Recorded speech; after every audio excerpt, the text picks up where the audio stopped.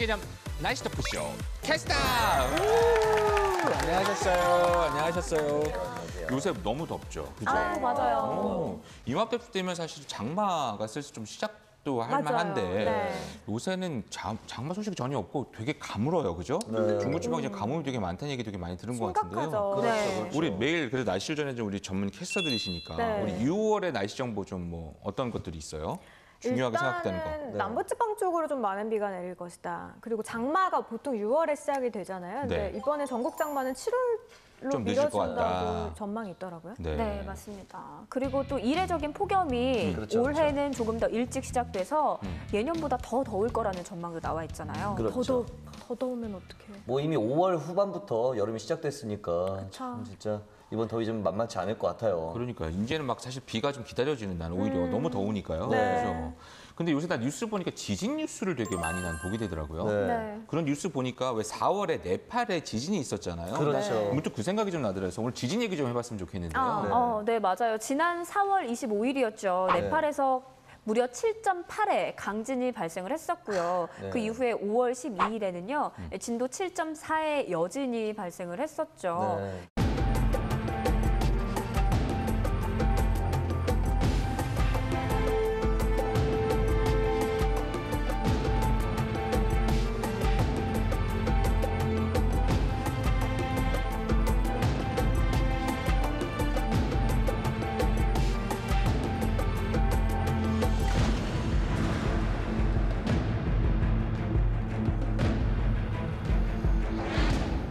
이 때문에 8,600명이 사망을 했고요. 17,000명가량이 부상을 입기도 했었습니다. 그렇죠. 뭐 지진이 지금 발생한 지 2달 가까이 지났는데도 불구하고 여전히 뭐 상가라든지 학교 건물 이런 것들이 전혀 복구가 안 됐다고 해요. 네.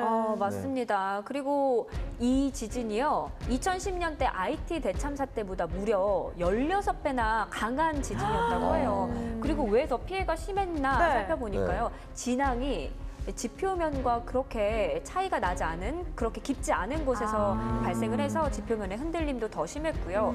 그리고 그렇죠. 수도 카트만두를 비롯한 대부분의 지역 건물이요. 이 벽돌이 지진에 굉장히 취약한 벽돌이었다고 해요. 그리고 워낙 주거지도 다 밀집해 있었기 때문에 피해가 더 컸다고 합니다. 그래요. 진짜 너무 안타까운 일인데 네. 근데 아직까지도 난 별다른 좀 복구가 됐다는 그런 그러니까요. 뉴스를 잘 못 들은 것 같아서 굉장히 사실 좀 안타깝기는 해요. 그죠? 그래서 우리가 이런 지진이 일어나면요. 근데 또 이 문화유산이 많이 없어졌다는 사실 뉴스도 많이 보게 되는 것 같은데 네.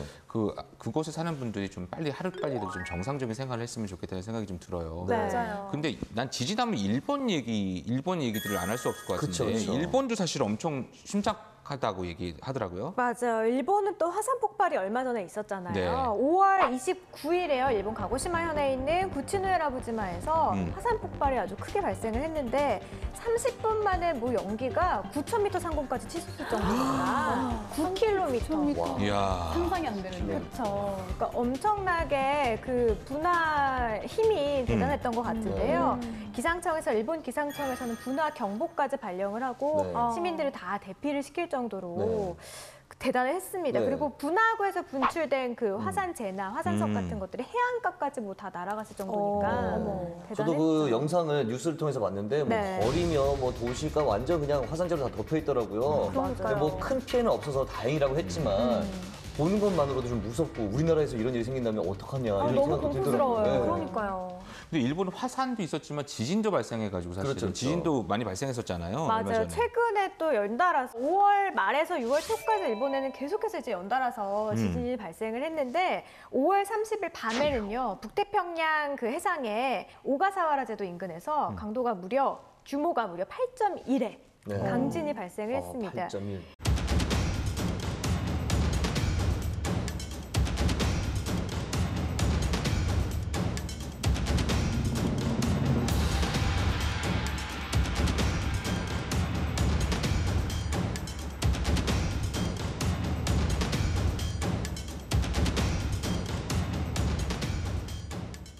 이게요, 규모가 어느 정도로 큰 규모냐면요. 1885년 이후에 일본 주변에서 발생한 지진 중에 무려 네. 6번째로 강도가 셌다고 합니다. 참 이상하다. 지금 규모가 얼마라고 했어요? 8.1이라고 그랬어요? 8.1 이요. 네. 근데 아까 네팔이 7.4라고 그러지 않았나요? 네. 그렇죠. 네. 그러면 일본의 지진이 더 규모가 큰 건데 근데 일본은 어떤 피해가 있었다는 뉴스는 잘 못 본 것 같거든요. 그죠? 그렇죠. 일본이 뭐 물론 지진이 자주 발생하니까 다 잘 대비하는 나라인 것 같긴 하지만 그래도 이렇게 규모가 큰 건데 어떻게 이렇게 피해가 없죠? 왜 차이가 있는 거예요? 방장님 예리하신데요. 그죠? 이 지진은요, 지진이 처음으로 발생한 장소, 그러니까 진원지에 따라서 조금 다른데요. 네. 저희가 총 3가지로 나눠서 볼 수가 있습니다. 네. 지표면에서 70km 이하까지는 천발 지진, 그리고 70km에서 300km 지진까지는 중발 지진, 그리고 그 이하 670km까지는 신발 지진, 우리가 이렇게 말을 하는데요. 우리가 알고 있는 그 2011년 동일본 대지진이 24km에서 나타난 거고 또 네팔 지진이 15km니까 정말 얼마 차이 안 나는 데서 발생한 거죠. 그러니까 진원이 있고 진앙이 있잖아요. 그쵸, 네. 진원은 땅 속에 정말 지진이 일어난 그 네. 지점을 말하는 거고, 근데 그 지점이 별로 안 깊었다는 거죠. 그쵸. 일본에서. 네, 근데 이제 일본 오가사와라 제도에서 있었던 그 지진 같은 경우에는 8.1의 지진이지만 지전의 진원의 깊이가 590km 밑이었기 때문에 큰 피해가 일어나지 않았다고 합니다. 그렇군요. 네, 왜냐하면 밑에서 발생을 하면 올라오는 데까지 에너지가 조금씩 감소한다고 그렇죠. 해요. 네. 그러니까 아까 얘기한 것처럼 그러니까 지진의 규모도 중요하지만 진원이 얼마나 깊냐가 그게 이제 얼마만큼 큰 사실 피해를 주느냐에 따라서 그거에 따라 좌우된다는 얘기인 것 같은데요. 네. 난 사실 몰랐었어요. 근데 규모만 보면 안 될 것 같아요, 그죠? 그러니까 이제 네. 그런 진원이 어디서 발생될 수 있느냐가 중요한 것 같은데. 네. 근데 일본은 난 너무 불행한 것 같은데 일본은 너무 지진이 많이 그렇죠. 발생하다는 얘기를 맞아요. 하잖아요. 그렇죠. 근데 일본은 왜 이렇게 지진이 많이 발생하는 거예요? 보통 우리가 지진이 많이 발생하는 지역을 지진대라고 하고요. 네, 들어본 적 있어요. 맞아. 그렇죠. 또 지구상에서 가장 큰 지진대가 환태평양 지진대다 이런 말을 하잖아요. 일본이 거기에 위치해 있는 거죠. 네. 네.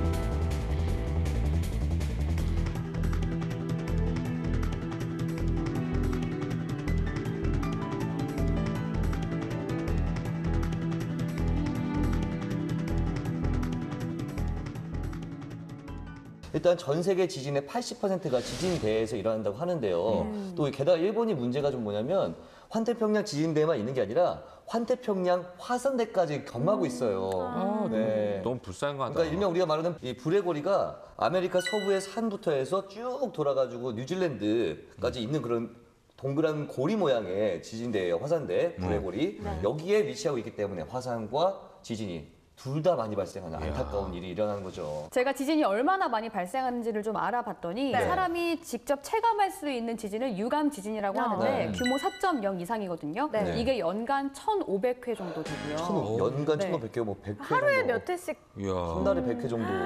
네. 그렇게 많아요?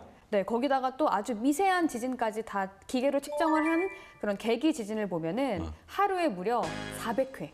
하루에 400회. 하루에 지진. 지진과 같이 사는 거구나. 네. 나는 그 정말 뉴스에 많죠. 나오는 지진만이 지진이 아니라 그러니까 그러니까요. 뭐 하루에 와. 400회가 지진이 발생한다는 그러니까 거는 그냥 땅은 계속 흔들리고 있다는 얘기잖아요. 야. 하루에 400회면 와. 그런 거 보면 진짜 우리는 행복한 것 같아요. 그죠? 네. 일본은 진짜 어떻게 그렇게 지진이 많이 발생하는구나. 근데 우리나라도 근데 난 요새 뉴스 보니까 우리나라도 지진의 안전지대가 아니라 뉴스 요새 많이 나오는 것 같아요. 그죠? 네. 맞아요. 그리고 아까 수현 씨가 말한 일본의 지진, 그 규모 8.1의 지진대가 있었거든요. 네. 그때 우리나라 부산에서도 흔들림이 감지가 됐었다고 하더라고요. 전등도 흔들리고 특히 부산에 위치한 방송국의 뉴스 생방송 때 네. 전등이 흔들리고 의자까지 흔들리는 게 그대로 전파를 타고 나갔다고 하더라고요. 전 사실 지진은 우리나라랑 좀 상관없다. 큰 피해도 없고 괜찮겠다고 생각했는데 뭐 이제는 그렇지도 않은 것 같아요. 맞아요. 우리나라도 지진 발생 건수가 해마다 늘어나고 있는데요. 네. 일단 1980년대에 연평균 지진 발생 건수를 살펴보면 네. 16번이었거든요. 네. 근데 이후 2000년대 들어서는 44번, 그리고 2010년대 이후에는요, 58번으로 증가를 했다고 합니다. 계속 늘어나고 있죠. 그러니까 16번에서 54번이요? 그럼 58번. 번. 네. 그리고 한 3년 사이에, 한 30년 사이에 그러니까 3.8배 정도 늘은 거네요. 이야, 맞아요. 엄청 늘었다는 얘긴데. 네, 맞아요. 그리고 규모가 5 정도면요. 일단 우리 몸이 지진을 느끼고 네. 그릇과 창문 같은 게 흔들리고 이런 게 깨질 수도 있는 정도라고 하더라고요. 그런데 이 정도의 지진이 1978년에 기상대 관측 이후에 네. 총 5차례가 있었는데요. 2000년대 이후에 3차례가 발생을 했다고 5차례 중에 반 네. 이상이. 네, 하더라고요. 그리고 최근에 1년 동안 사람이 느낄 수 있는 아까 말씀하셨던 유감 지진 있죠. 네. 유감 지진이 약 10회 정도 발생을 했다고 그리고 10회 정도 발생을 하고 있다고 하니까 우리나라도 지진의 안전지대다라고 딱 확신할 수는 없는 거죠. 그러네요. 그러니까 우리나라도 아까 지진 규모가 5가 되는 그런 지진도 우리나라에 많이 있었다는 거죠. 몇 네. 번. 네, 맞아요. 특히 1978년도 10월에 있었던 홍성 지진의 피해가 굉장히 컸습니다. 네. 오후에 한 3분 정도 5.0의 지진이 발생을 했는데요. 그때 당시에 흙벽돌 집이 막 무너지고 또 주택의 50%에 다 균열이 갔다고 합니다. 그리고 또 사적지인 홍주 성곽이 무너지고요. 일부 지역은 뭐 일시적으로 정전이 일어나거나 전화가 불통되는 곳도 있었대요. 그러니까 아까 들어보니까 일본 같은 경우에는 규모 5에서 7 정도의 지진이 다반사라고 하니까 그거에 비하면 우리나라는 좀 안전하지 않나. 또 일본은 아까 그 유감 지진이 연 1,500회 이상이라고 하니까요. 네. 그렇죠. 뭐 비교적 뭐 상대적으로 봤을 때는 안전하다고 볼 수 있지만 아까도 말씀했지만 우리나라에서도 계속해서 지진이 발생하고 있고 우리 과거에 조선 사료에도 이 지진의 기록이 남아 있다고 해요. 일단 조선시대 인조 21년에 진주에서 발생을 했고 그리고 이 현종 9월에는 평양에서 집이 무너질 때 흔들렸다. 뭐 이런 기록도 남아 있어요. 그리고 또 다른 연구 결과를 보면은 이 규모 7에 육박하는 지진이 수차례 발생했다. 이런 결과도 있거든요. 네, 맞아요. 5년 전에 발생한 IT 대지진 있죠. 네. 그게 규모 7이었는데 그렇죠. IT 대지진에 육박하는 지진이 뭐 그때도 건물이 일어나요. 무너지고 그럴 수 있는 정도의. 맞아요. 정말 만만하게 볼 게 아닌데 이 밖에도 우리나라의 지진 발생 건수 네. 있죠. 네. 그리고 한반도의 지진 발생 자료를요. 일본, 중국, 러시아에서 기록해 놓은 자료가 있어요. 네. 그걸 한번 살펴보면 52년에 평양 근처에서 규모 6.3의 지진이 발생한 게 있고요. 이런 자료를 토대로 보면 우리나라도 정말 안전한 지대가 아니다라고 그렇죠. 볼 수가 있을 것 같아요. 오늘 그러니까 세계 각국에서 일어나는 지진하고 또 우리나라에서 일어나는 지진까지 쭉 살펴봤는데 난 사실 오늘 방송하기 전까지는 뭐 지진을 우리가 사실 뭐 조심해야 되겠어 이런 생각했었는데 오늘 내가 방송하면서 이런 자료 보니까 우리나라도 지금 지진의 발생이 굉장히 더 횟수가 많아지고 있다는 생각을 하니까 네. 이때쯤 되면 우리도 이 지진에 대해서 잘 좀 대비를 하고 있는지 한번 좀 검토해봐야 되지 않나 싶더라고요. 그렇죠.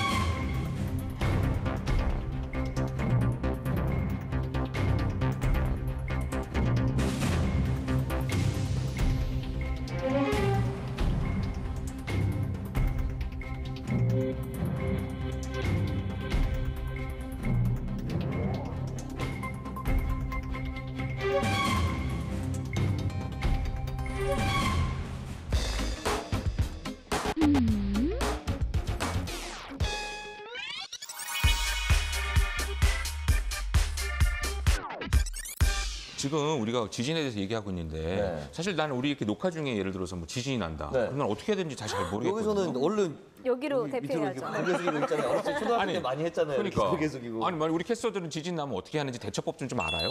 잘 네, 모르겠어요. 근데 지진에 대해서 사실 그렇게 신경을 많이 안 썼던 것 저희는 같아요. 민방위 훈련을 했지 사실 지진 대비 훈련 같은 건 안 했잖아요. 그렇죠. 난 빨리 도망가야 된다 이런 생각밖에 안 들어요. 119에 빨리 신고를 해보고 많이 뉴스 들어봐야죠. 지진이 났나. YTN. YTN. 나는 좀 날씨 캐스터들이라 네. 좀 지진에 대해 정확하게 좀 전달해 줄 줄 알았는데 저희도 그냥 그런 건 알아요. 어디서 났다, 몇 킬로미터에서 강도 몇이다. 그런 정도 저희가 전해드릴 수 있죠. 저만 몰랐던 건 아니네요. 네, 그래서 또 저희가 오늘 공부를 해볼 텐데 네. 저희뿐만이 아니라 실제로 저희가 조사를 해봤더니요. 네. 지진의 대처법, 대비법에 대해서 모른다는 사람이 60%에 육박을 관심을 별로 못 했고요. 갖고 있었어요. 우리가. 맞아요. 그래서 잘 알고 있다라는 사람이 5%도 안 됐다고 하더라고요. 네, 그렇기 때문에 우리 지금 한번 같이 공부를 좀 해볼까요? 그래요. 좋습니다. 네.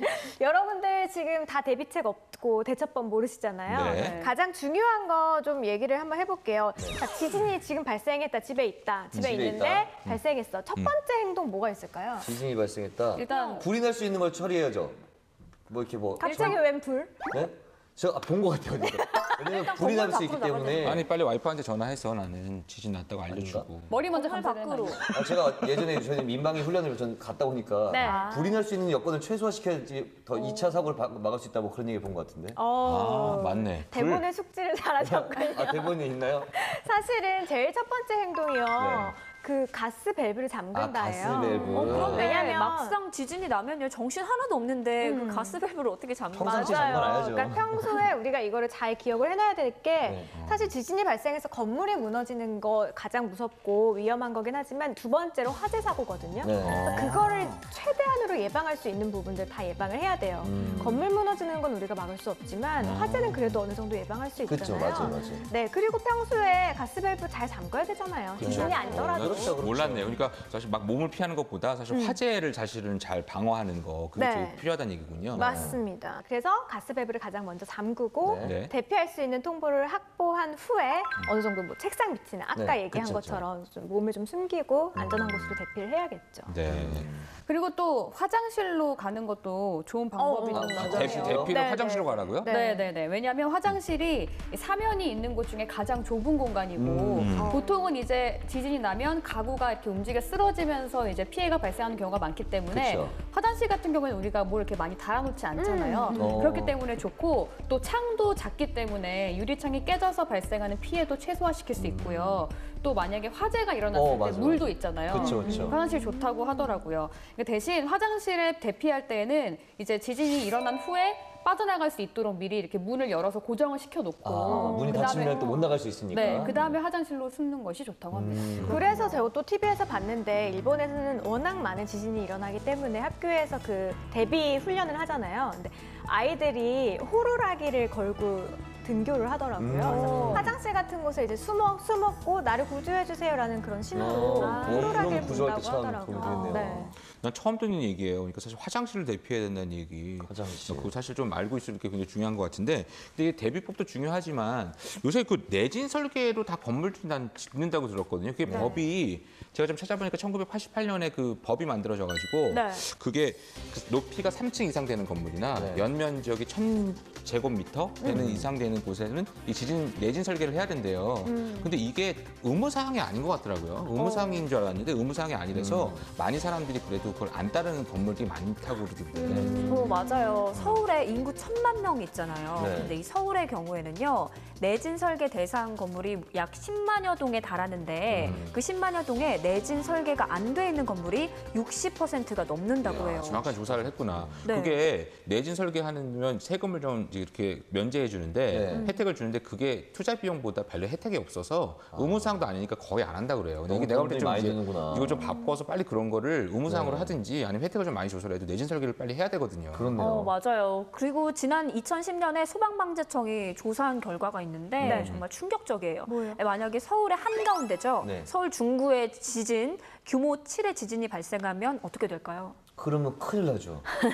네, 맞습니다. 무려 67만 명이 사망할 것이다. 아, 67만 명이요? 네, 라는 충격적인 결과를 내놨는데 와. 정말 심각하죠. 아, 오늘 정말 큰 숫자들 많이 나오네요. 맞아요. 진짜 씁쓸한 얘기인데 네. 나는 이제 이게 너무 차이가 나는 것 같아요. 일본은요 5월 달에 지진이 있었잖아요. 네. 네. 그래서 심지어는 나 이런 기사 본 것 같아요. 엘리베이터가 지진 나면 중간에 정지하니까 엘리베이터 안에 그 화장실, 간이 맞아요. 화장실도 만들고 물을 먹을 수 있는 음료수도 네. 둔다는 이런 것들도 현실적으로 나는 어떻게 이게 가능할까 했는데 우리나라랑 벌써 그 대비하는 게 틀린 것 그렇죠, 같아요. 그렇죠. 근데 이 지진이 사실은 이게 뭐 우리 복지하지만 복지보다는 우리 생명과 사실 이 안전을 위협하는 사실 가장 중요한 거잖아요. 그렇죠. 그러니까 그런 부분에 대해서 이 우리나라의 현실적인 좀 교육하고 무엇보다 우선적인 그런 정책이 좀 필요할 것 같네요. 유비무환. 이 준비를 잘 갖추고 있으면 이 근심이 없다라는 뜻인데요. 우리는 그동안 이 안전 문제에 대해서는 이 소 잃고 외양간을 고치는 식으로 안일했던 경우가 많지 않았나 싶습니다. 이제는 이 유비무환으로 이 안전을 안전할 때 지키는 건 어떨까요? 저희는 다음 주에 더 알차고 재미있는 이야기를 가지고 돌아오겠습니다. 신개념 나이스 토크쇼 캐스터! 수고하셨어요.